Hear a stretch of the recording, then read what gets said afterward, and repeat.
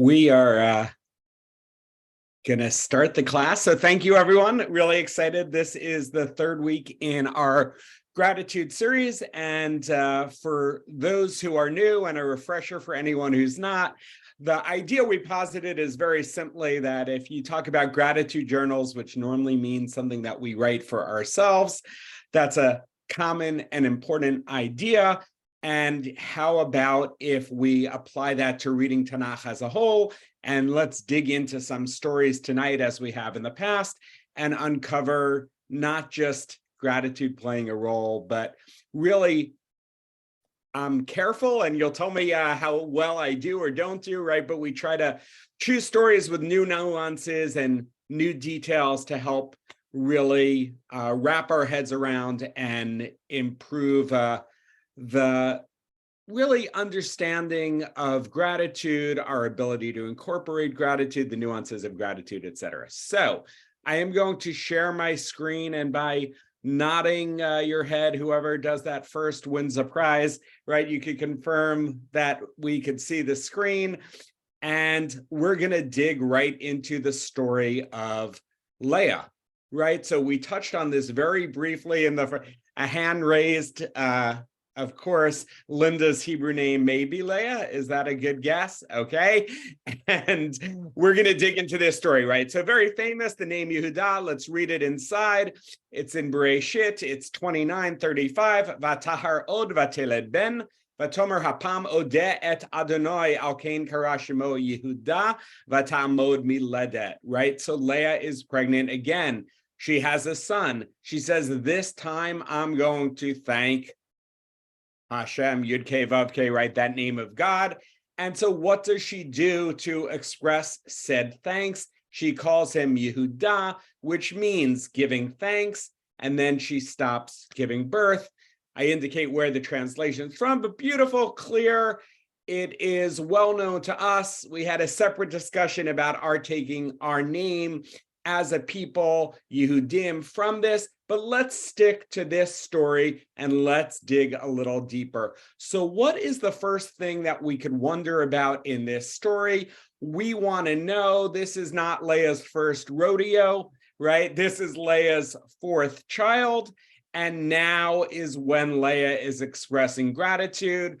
Anyone could unmute yourself if you want to explain why. What famous idea have you possibly heard? What's going on that just at this moment, Leah says, okay, time to say thank you, right? She didn't like the first kid. She didn't like the second. She didn't like the third.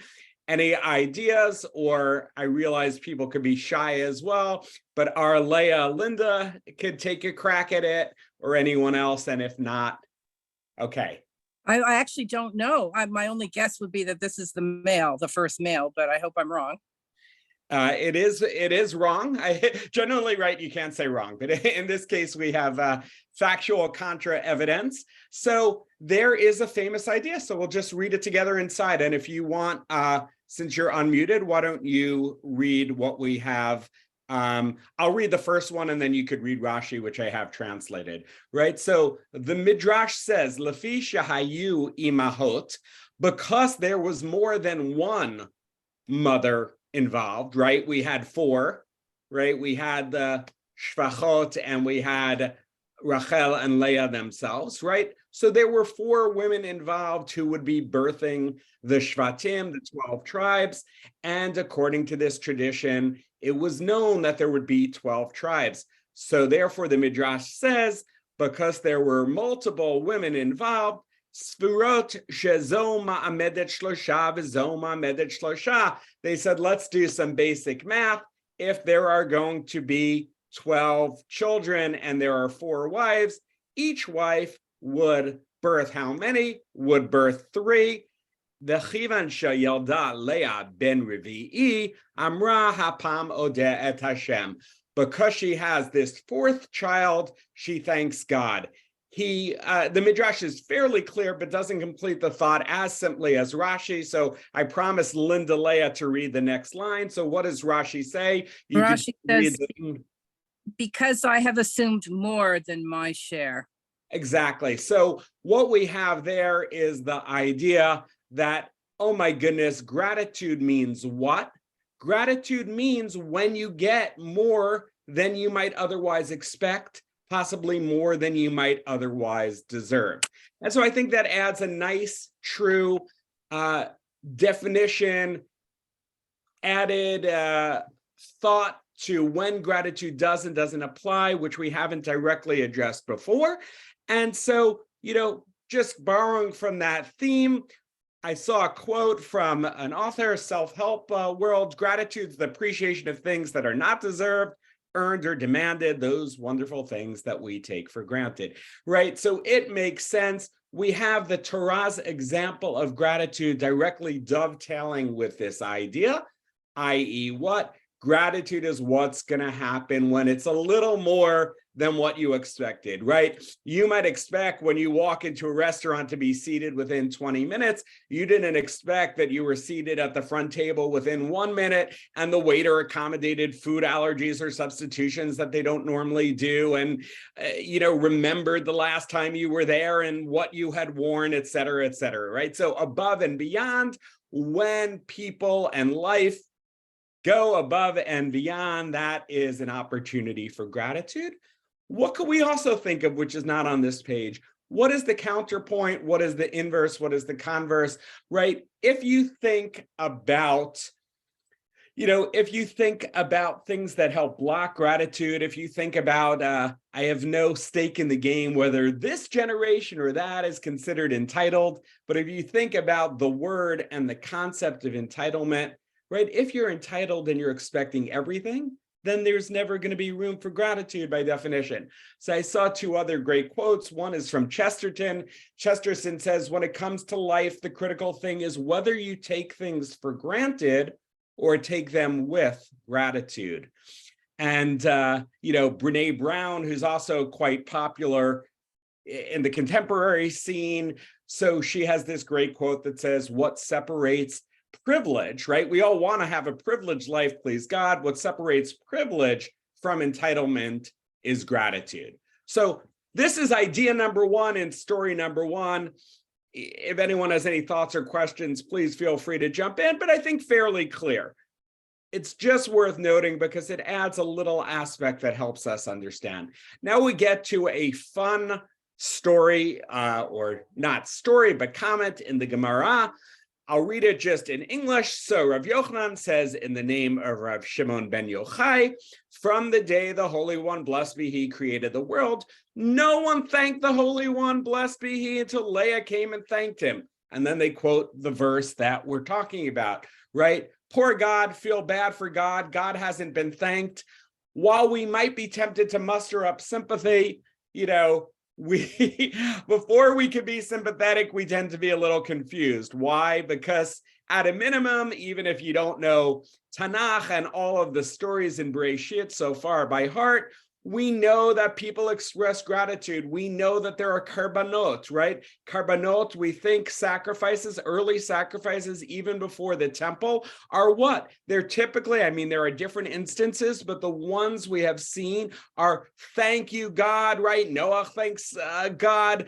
Abraham thanks God. You get karbanot, you get sacrifices of gratitude. So I don't understand. This isn't Ari's question. This isn't unique to tonight. Everyone is flummoxed, right? We want to understand what is, let's phrase it properly now. We know Leah is not the first person to express gratitude. She must be the first person to do something, right? There's going to be something new and unique about this gratitude that is going to be a Leah addition. Right? Wonderful Leah has done something new that we have not seen before.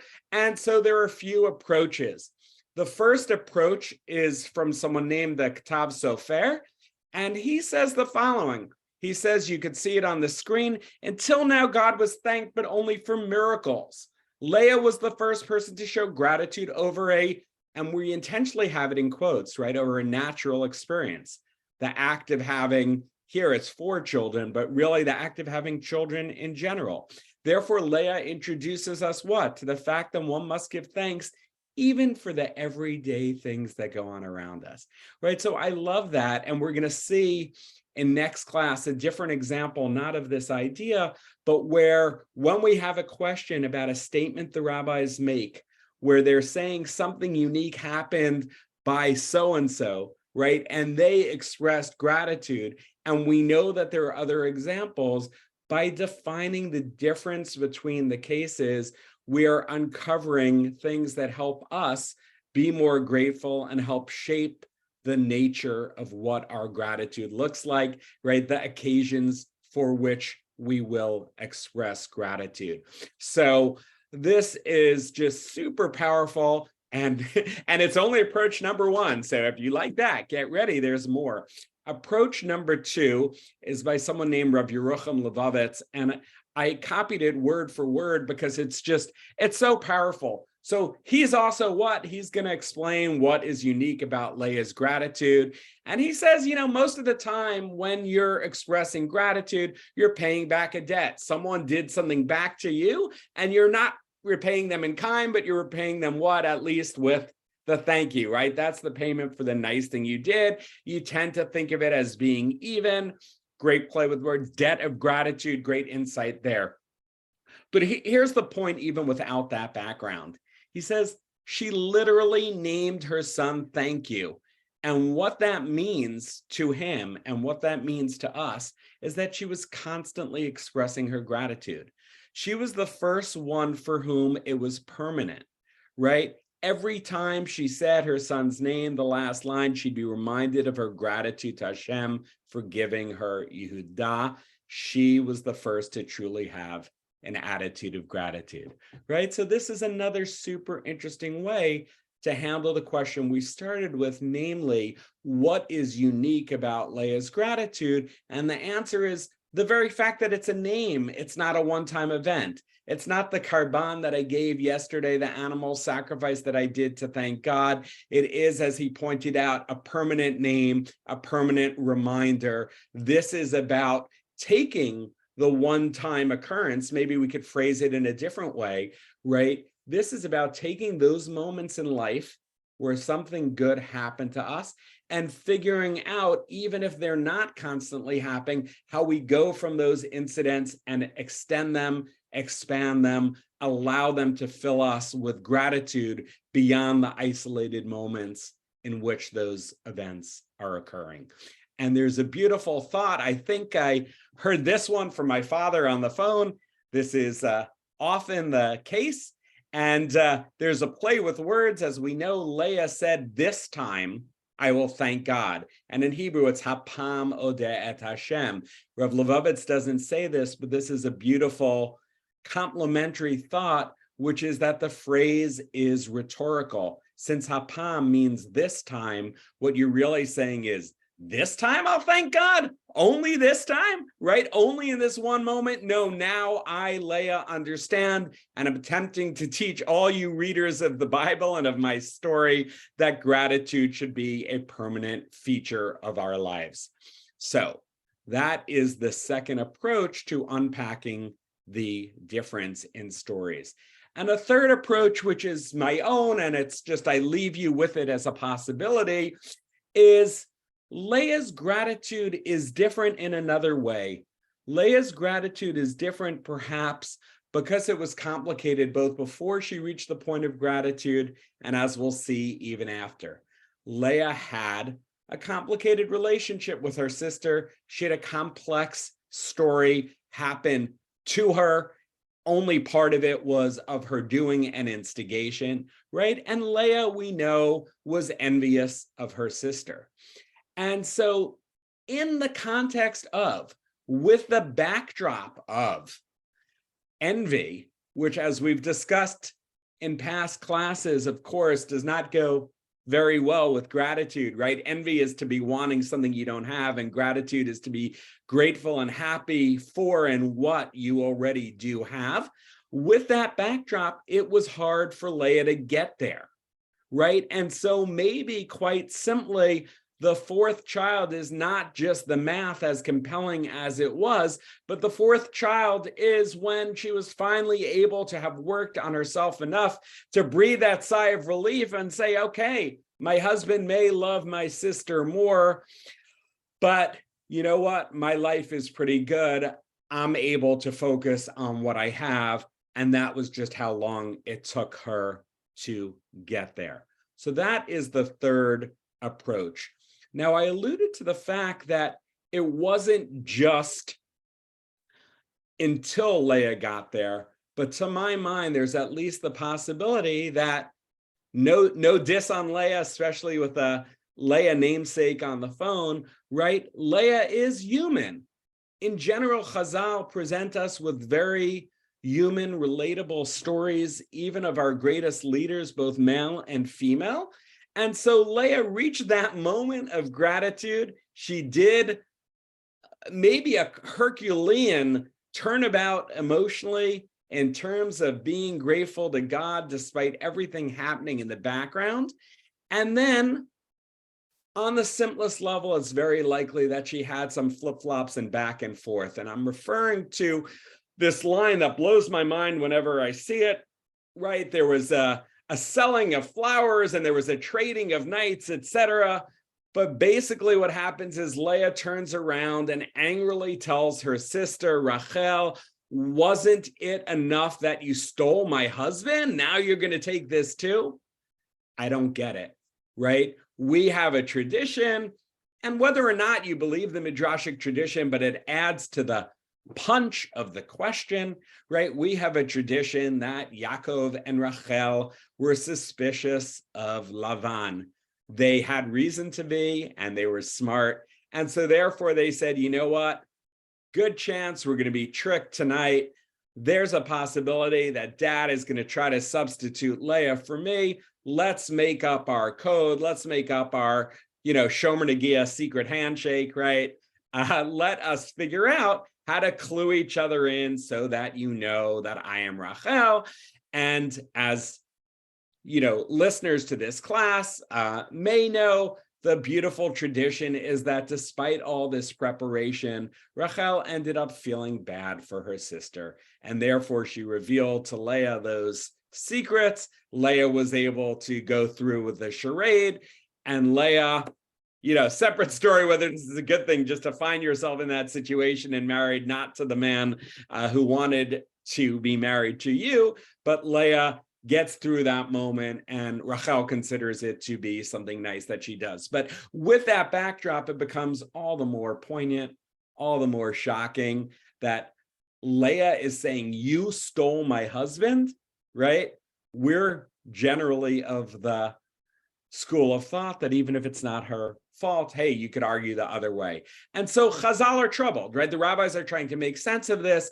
And you could see here the question is asked in Hebrew. I summarized it, and there are two approaches which help make sense of it. They figure there must be something new that happened. Leah can't be referring to the fact that Yaakov just married Rachel. Come on, that was always what was supposed to happen. And therefore, idea number one is something changed, and what changed? Jacob moved his bed permanently into Rachel's tent. And if that's the case, of course, we could understand Leah saying, you stole my man, right? That makes sense. And this might have been what happened. And Radak gives it a slightly different twist.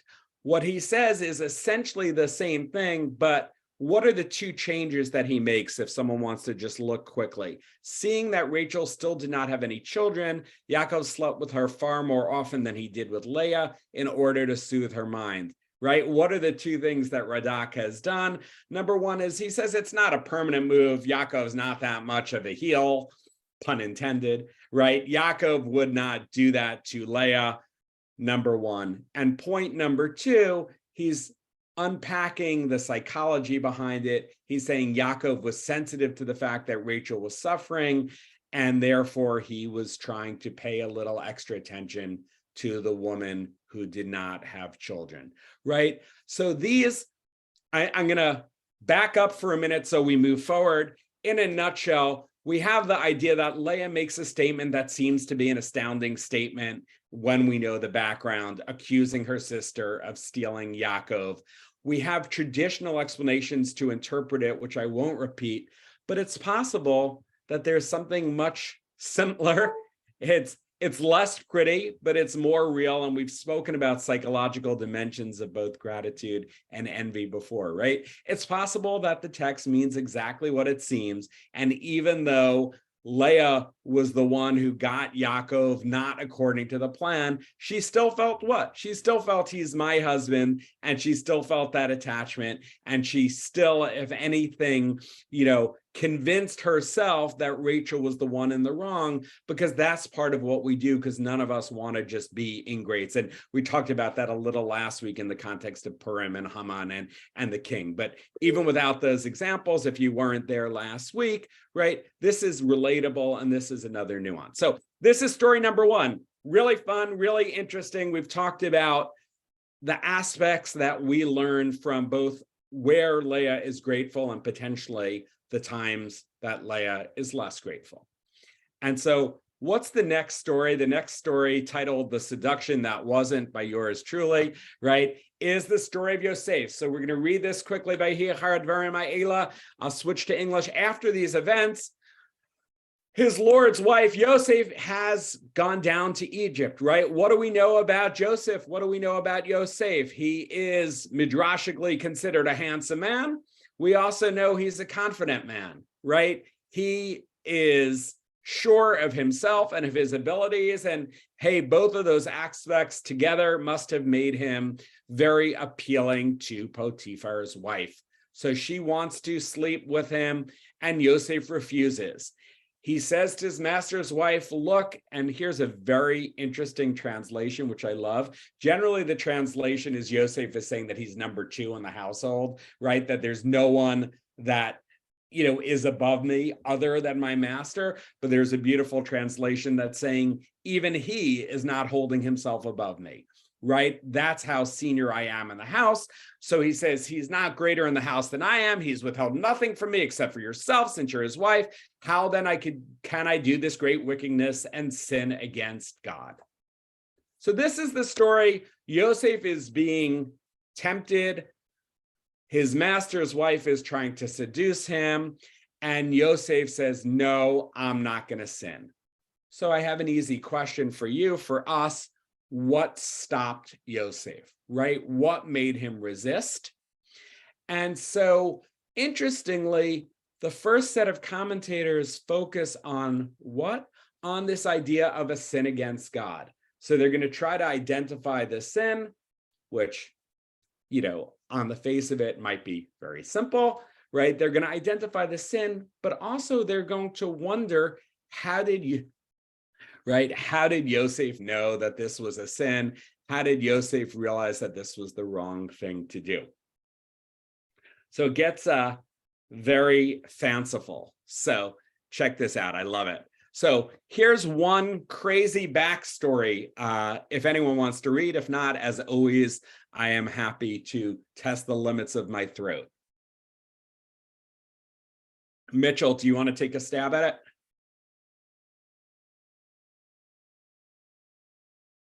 Sorry, bear with me. I'm just Sure. getting technically. Okay, so what would you like me to do there, Rabbi? Do you see a great, if unlikely, backstory on the screen? Okay, let me see. Bear with me a sec. Sure. I do not at the moment. So let me go to view options. Side by side mode. Okay. A great, if unlikely, backstory? Yes. Okay. So this And is from the Book of Jubilees, if you could read it.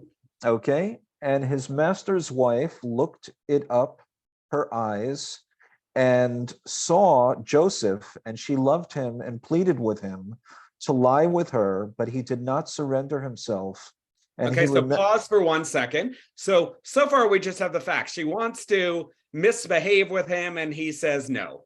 And now he's soon going to cover the why. Please continue. Okay, and he remembered the Lord and what his father Jacob used to read to him from the words of Abraham, that no man is to commit adultery with a woman who has a husband. Okay, That you there- could stop there. You could stop there because then he just adds, and there's a death penalty, right? So talk about anachronisms and clever, fanciful ideas. What are they saying here? They're saying, I'll tell you how Yosef knew that this behavior would be wrong. His father used to read to him from an early version of the Shulchan Aruch, the prepared table, the code of law, right? They had all the laws and the mitzvot, and he'd open up a book and he'd say, you know, Abraham taught me this halacha, that halacha, right? This law and that law. And that is how Joseph knew it was wrong. That is how Joseph decided to withstand the temptation. Yes, Linda. Is it unusual that, because I mean, I'm struck by the phrase, and she loved him. So this wasn't just like, you know, a one night stand kind of thing, unless I don't understand the context of using that word in this way. No, I think it's an excellent point, and I don't know if it appears in other sources outside the Book of Jubilees. We'd have to check, but super interesting, right? And maybe that's why, I mean, no one likes being turned down, but maybe if there was love, that leads her to be even more spiteful when, you know, when things go awry, right? Because as we know, love spurned, etc. So super interesting. I'm not sure. Okay, so what we're trying to do is figure out what made Yosef act the way he did, or rather not act the way his master's wife had intended. And this is fanciful, right? And we understand why. We're making up a history. It's very clever, saying, you know, oh, these laws were known, et cetera. It was on the books.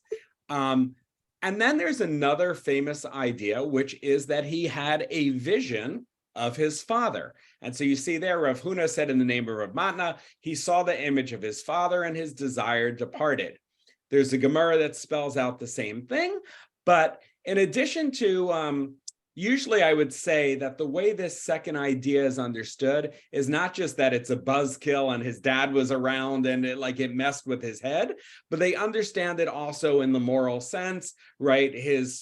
He knew that his dad had taught him and he was meant to be better, and this wasn't what a son of Jacob was supposed to do. So there are two different twists on the first explanation for what Joseph did, or why he did, or as we said, didn't do what he might otherwise have done. But both of these explanations leave out something so basic in the text, and I understand why.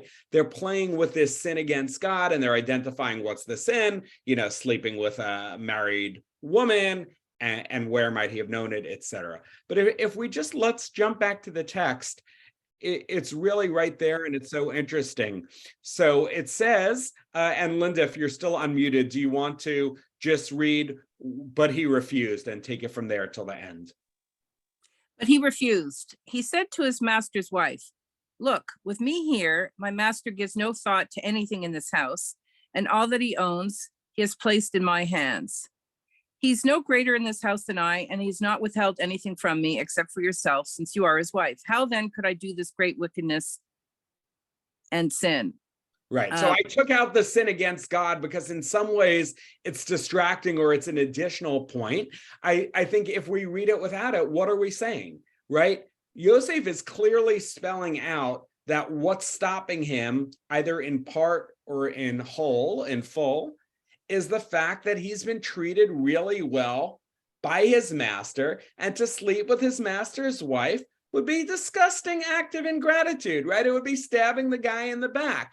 And that's right there in the text. And it seems like the point, or a point that certainly we could take away in terms of our behavior and the opportunities to do the right thing, right? So Yosef understood how important gratitude is, how pernicious it would be to be ungrateful. And it gets better. I'm going to tell this to you quickly because I can't resist.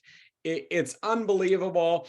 There is an article that a guy named Rabbi Dr. Aaron Levine, who passed away a number of years ago, he wrote in Tradition. And what he seeks to do is to take the idea of gratitude that I read into the story, but also to bring back the idea of the vision of, you know, the vision of Jacob's face.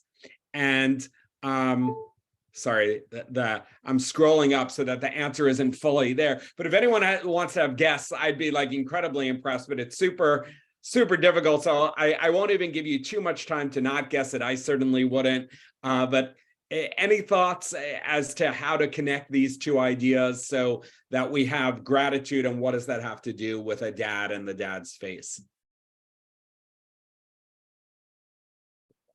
Okay, so the answer he suggests is that what is the command to honor our parents all about anyway, right? And the answer is that our parents brought us into this world, and that's an incredible thing. And not only did they do that, and we're only here because of them, but they also spend a lot of time and energy in raising us, et cetera, et cetera. And he quotes the Sefer HaChinuch, which is a book of mitzvot, of the commandments that, correlates mitzvot, takes verses in the Bible and explains where you find the source for this mitzvah and that mitzvah. And in the Sefer HaChinuch, it explains everything I just said, namely that the source for why we are meant to honor our mother and our father is out of gratitude for their bringing us into this world and they're continuing to take care of us. But then he goes 2 steps forward, which is just amazingly cool, both in the context of this class and more broadly speaking. And what he says is, number one, we have an age-old question where the 10 commandments, we view the first 5, that tablet, as reflecting mitzvot between us and God, and commandments 6 through 10 as having to do with interpersonal mitzvot, those between us and fellow humans. And the classic question that we always have is, why is kibud avayim, why is honoring our parents on the bottom of the God tablet?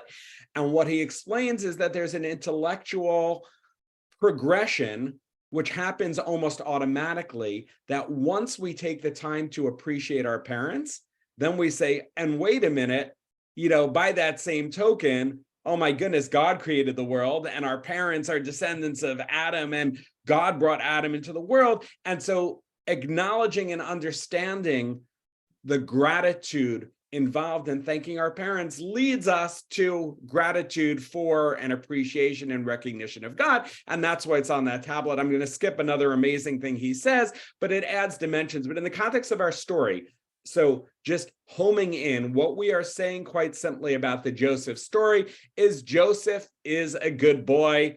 Joseph resists temptation. Chazal, in early and later sources, are trying to figure out what was going on. And at the simplest level, it seems, unlike what some people talk about, it really behooves us to look at the aspect of gratitude that Joseph said, hey, I am so well treated by Potiphar, no way am I going to do this to him, right? So Rabbi Levine adds the added nice element to tie it together with the vision. But on the face of it, no pun intended in this case, right? Story number 2, Joseph is a story of gratitude. And here's what I love. It's not only that in the abstract you have gratitude and ingratitude, often you find them placed near each other in the Bible to help drive home lessons, and maybe even to tell us that the pshat, the explanation we just gave, is the correct one. So what do we find in the conclusion of this story? I'm going to scroll down, right? What's the conclusion of that parasha when we break things into the weekly portions, right? This is a counterpart of what not to do. So you have the people who come to Joseph with his dreams, and Yosef extracts a promise, right? One of them's not going to be in a position to do anything for Joseph, right? Because unfortunately, his end was a poor one. But the Sar HaMashkim, the cupbearer, gets good news, and Joseph says what? Joseph says, remember me, put in a good word. And you see that on 40:14. And then, the guy agrees. But what happens just 9 verses later? V'lo zachar et Sar HaMashkim et Yosef vayishkacheu. The chief cupbearer doesn't remember Joseph. He forgets him, right? It's a very active language. Not only doesn't he remember, put in a Talmudic voice, right? But he actively forgets him. But what's the point? Yosef, right, when it was very difficult, expressed gratitude. And the cupbearer, when it would have been easy, didn't express gratitude, expressed ingratitude. So you have the opposite poles to show how you could express gratitude even when it's amazingly difficult, and how you could be an ingrate even when it would have been remarkably easy just to say, hey, by the way, here's this cool backstory. Okay, so now we're going to jump to the final part of the class and the final example. Some of you may know this and you could tell me afterwards, but we have Moshe. Obviously, Moshe is going to be key to the story, of our getting out of Egypt, right? He's the leader that God chooses. He's the one that God has to convince. He, in our minds, is always at the center of the story. And yet there's something very odd, which is if you look at the 10 plagues, which is really the center of the story that we're talking about, Moshe, in our memory, even like our minds play tricks. You would think Moshe does plague 1, Moshe does plague 2, but that's not what happens. So let's dig quickly into the story and let's talk about how our rabbis understand the reason. Mitchell read, Linda read. If there's anyone else who wants to read, just unmute yourself. John, Perry, and Aviyah, any of the three. I love you guys. It's good to see you here. So do you want to read just both the pasuk and the explanation and then Rashi?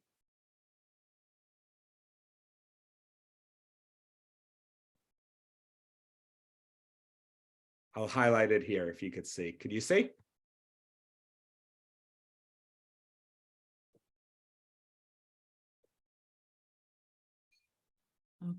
Okay, I'll read.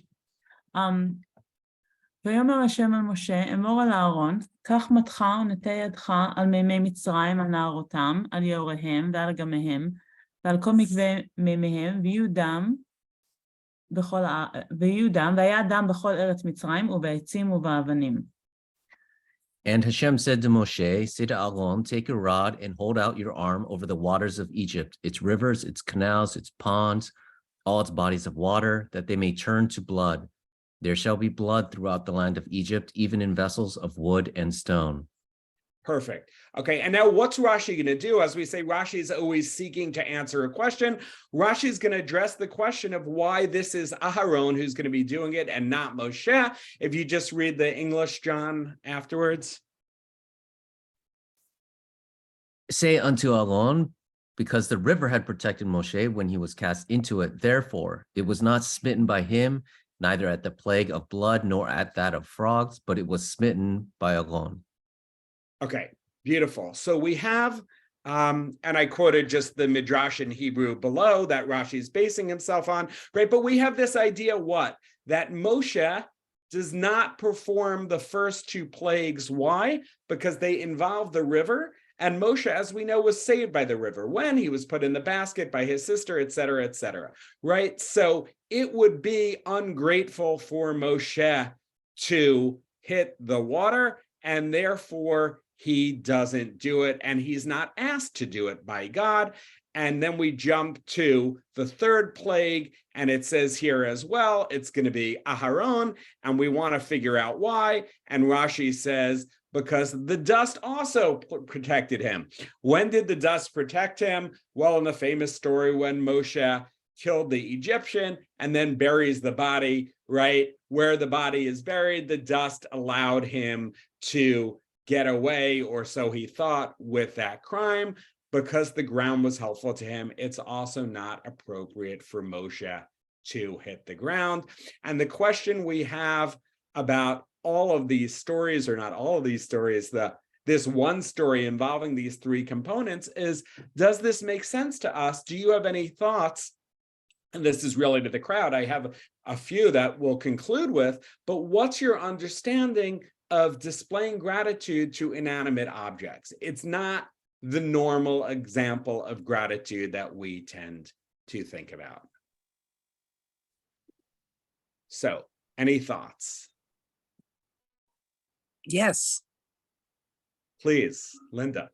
Well, this is going to be a little left field for you probably, but more and more now we're giving personhood to in courts of law to inanimate, like rivers and places, and hoping that animals will also be given that status of personhood, so that you can actually take their case in court.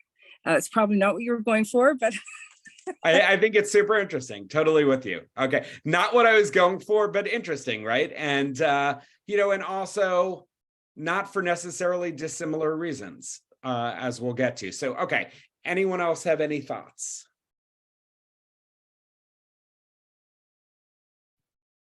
What's the difference between giving personhood to an inanimate object and idol worship?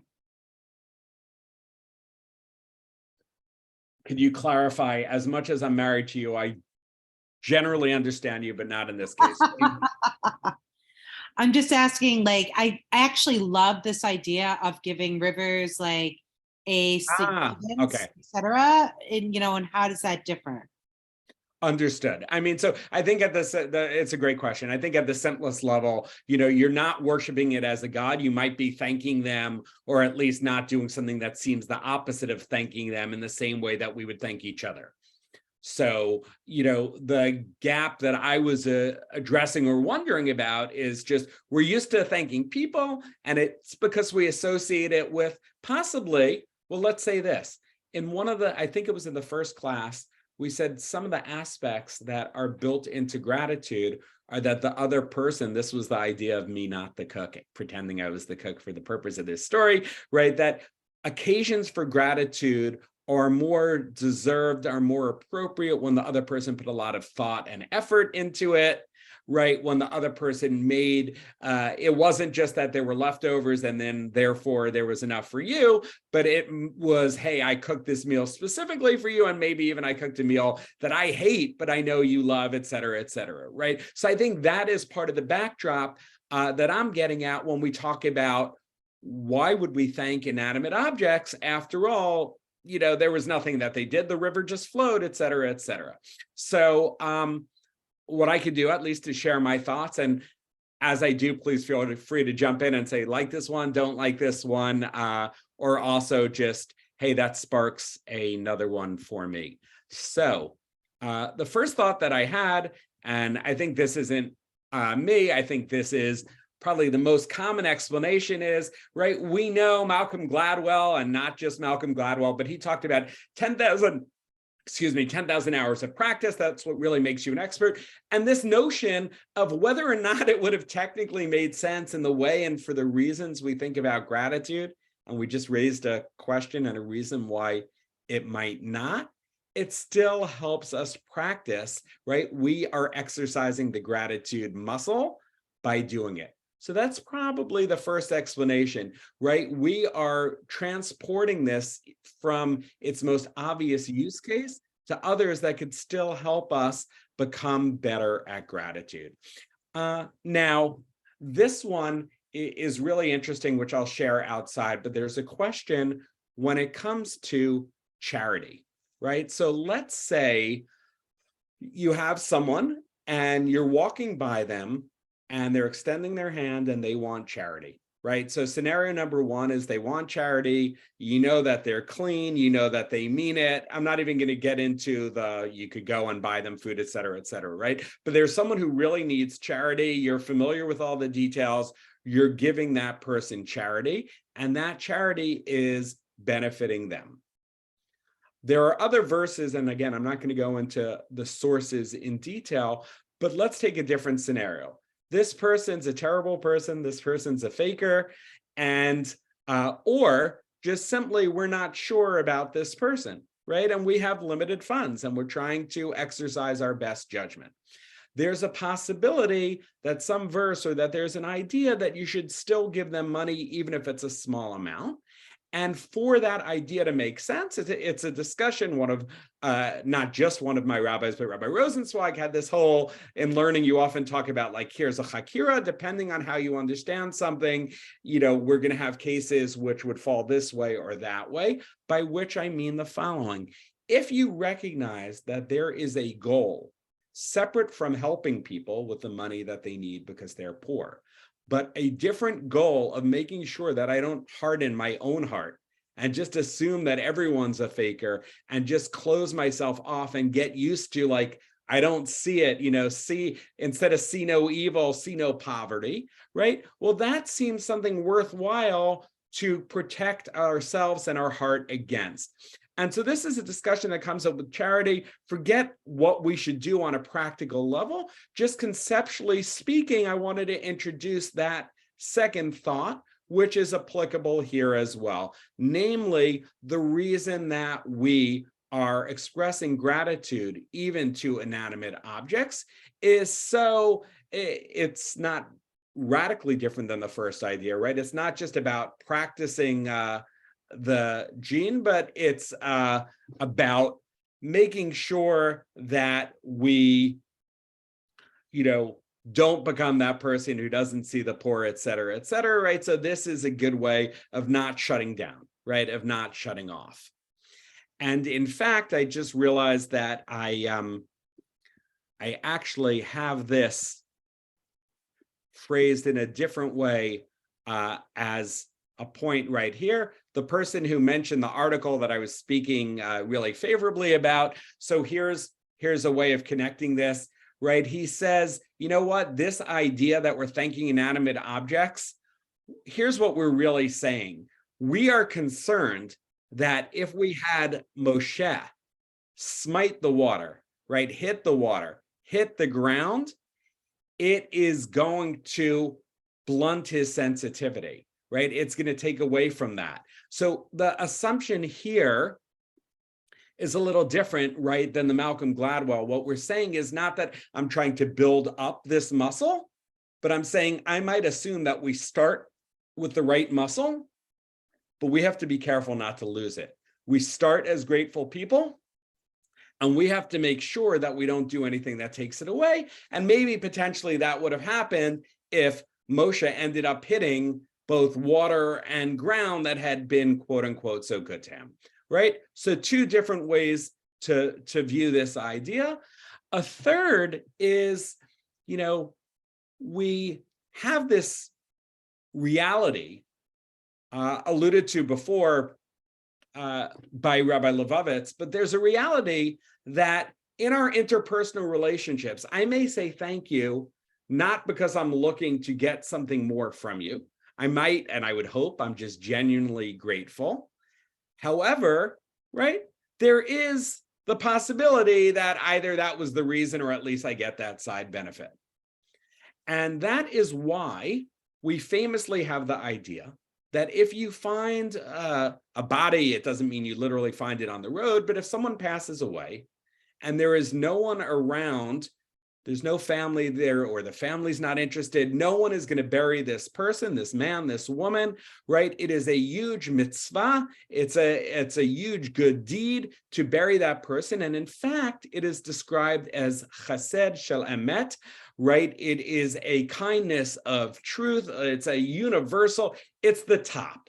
And why is that? And we know that there, the explanation they give is exactly what I'm alluding to here. That any other good thing that I do for Linda, that I do for Mitchell, that I do even for my wonderful in-laws and parents and friends and their friends, anything else could be tinged by the fact that I may get a thank you, a return favor. But of course, if someone is dead and someone is dead without relatives, you're not going to get anything from that person. You're not going to get anything from their relatives. And therefore, this is just a genuine good deed. And how can we relate that to what we're talking about? Again, whether or not inanimate objects would have made the most sense, there's a remarkable benefit to dealing with inanimate objects. And that is what? That in the case of inanimate objects, right, you cannot be thanked again by the river and by the ground for the fact that you, Moshe, did not hit it. And so that's something uniquely special in the context of what we're talking about. And perhaps for these three different reasons taken together, right, one or all, is why and how it makes sense to think about the concept of gratitude with inanimate objects. Now, Linda, I'm grateful to you for another reason. I'll just say quickly, depending on how much of an animal lover one is how much this next part is either obvious without the need to be clever or is shocking, interesting in the way, or almost in the way that treating and being grateful to inanimate objects might be. But we have two famous examples of where we are told there are acts of gratitude that we express to animals, possibly more. But one is this idea in Parshat Bo that the Jews are leaving Egypt. And I mean, as much as it's been prearranged, there's an element of they are sneaking out. And when you're sneaking out, right, what do you not want? You don't want any alarm bells going off. And therefore, what happened, or not therefore, but therefore it made it all the more remarkable what happened. It says even the dogs did not bark and the Jews were able to get away. As a thank you, weird, halachically beautiful though, as a thank you to the dogs for helping us out on that fateful evening, we say that when we are stuck with meats that are found not to be kosher, they're called treifot. It's not identical to when we normally think of treif, but we don't need to talk about the nuances, right? When we have extra meat, it's amazing meat, but it's not meat that if you keep kosher, you could eat. What should we do with that meat? We specifically feed that meat to dogs. And why? As a thank you for how the dogs behaved that night way back in Egypt, right? Animal idea number one. And animal idea number two, just a few in the Bible, just a little bit later, Parshat Bishalach, the story of, the splitting of the sea and the song of the sea, etc. There is an idea that weekend on Friday, we put out food for the birds and the birds should enjoy this food on Shabbat. And there are three explanations, but two of the explanations for this interesting, really not obvious custom, right, relate to gratitude. One explanation is that the birds themselves also sang alongside us. Again, right, their chirping was definitely better than my voice. They sang alongside us the song at the sea, and therefore we thank the birds for their involvement, right, for their help in the choir. And the second explanation is even more interesting, where the Jews were told, right, we don't always listen, the Jews were told, do me a favor, God says, as a show of faith, I'm going to give you the manna, right? You're going to get a double portion on Friday. Do not go out on Saturday. You're getting this miracle, Grubhub delivery. And all I'm asking is for you not to go out on Saturday. Well, sure enough, what happens? They go out and, what they say here, I'll just read this inside. Let me share this. So it says, the second explanation, right? It says, the man's not supposed to fall. Datan and Aviram, the typical bad guys, they tried to put out man on Friday night to pretend that it had fallen, right? So they had their bag of leftover man trying to make God look bad. And what happens? The birds came and the birds, stop share. Okay, the birds came and the birds ate the man. So in fact, what? So it wouldn't look like any man had fallen, because in fact, the manna had not fallen, right? So what we have are, in both of these stories, this idea of thanking animals as well as of thanking the inanimate. Let's, in the 2 minutes left, and if anyone has questions and we need to go a little beyond, then please stay on and I won't keep other people. But what we always do is we explore three stories and the nuances, right? So we looked at Leah, and first we just simply noted that gratitude applies in an instance when you get more than your fair share, more than you expect, which is what makes entitlement so pernicious. We then looked at the question of Leah was the first person to be grateful. That doesn't make sense.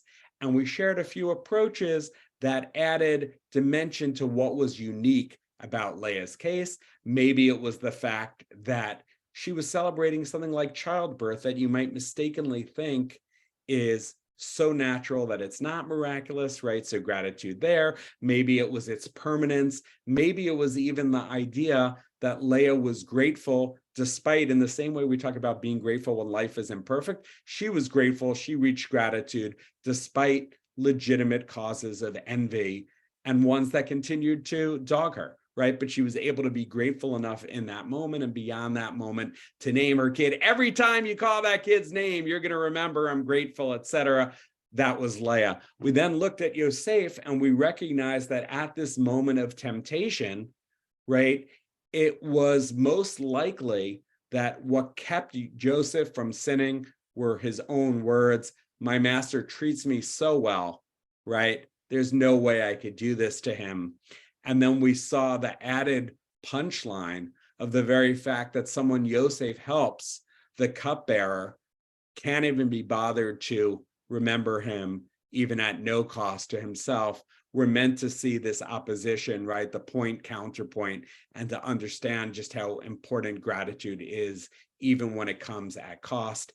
And finally, we looked at the idea of being grateful, even in the case of inanimate things and or animals. And we said, what does this mean and why? And one of the ideas was it's helping exercise our gratitude muscle. And another idea, even more optimistic, is that we have that gratitude muscle. We don't want to lose it by walking by that person, for example, like the charity example, and hardening our heart, right? We don't want to lose this by hitting the ground and, take away any of the natural gratitude that we're feeling, lose any of the appreciation that we have. And then we finally had the idea that also what is unique about inanimate objects is the fact that you can never be thanked in return, very much like that idea exhibited by burying the person who has no family. And really, this helps us cultivate the true altruistic nature of being grateful just because gratitude is earned. So, as always, I am grateful for your joining in a very real way and for your participating and asking questions and for giving my voice a rest. And if anyone has any further thoughts or comments, please jump in. It's 8:01. I just always like being mindful. I think it's really beautiful, Ari, the way that you kind of laid out gratitude as a state of mind, because certainly in your kind of penultimate example of Moshe, it was really that state of mind that allowed the Jewish destiny to occur.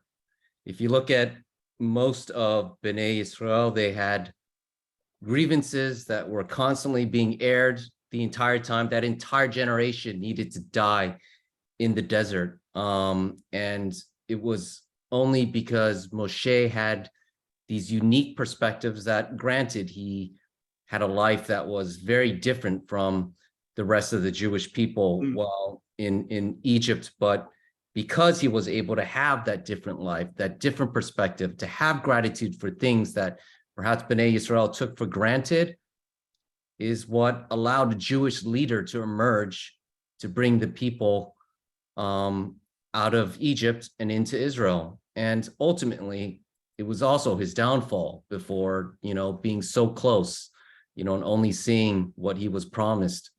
But gratitude was everything, and it links to the entirety of Jewish destiny. And it started with, this, well, it didn't started, but it, at its height led to, the most amazing leader the Jewish people have ever had. So I think it's a really beautiful topic that you covered.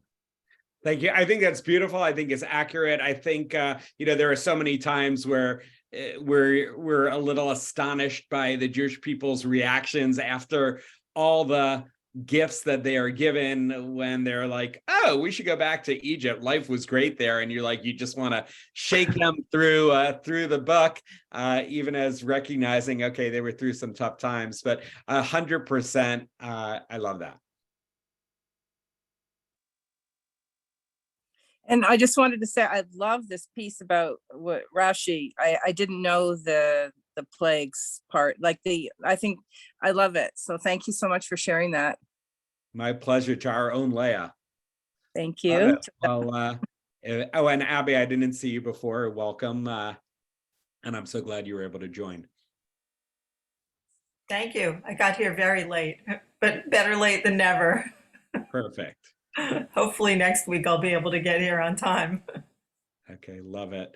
Well, if anyone, if no one rather has any more questions, I will see you next week. Thank you. Have a good week. You Thank too. you. Thank you. Thank you